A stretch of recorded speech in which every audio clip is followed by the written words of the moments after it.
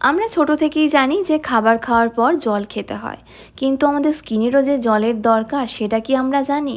আর সেটা জানি না বলেই খুব তাড়াতাড়ি আমাদের মুখের মধ্যে রিঙ্কেল ফাইন লাইন্সের প্রবলেম চলে আসছে, যাকে আমরা বলি এজিং স্পট। বাংলা কথায় যাকে বলা হয় বয়স বাড়ার আগেই মুখে বয়স্কের ছাপ। যদি দেখো যে তোমার মুখেও এই সেম প্রবলেমটা আসছে, তাহলে বলবো তুমি তোমার স্কিনকে জল খাওয়াচ্ছ না।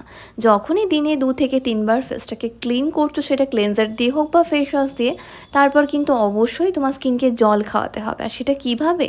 এরকম সিরাম ইউজ করে।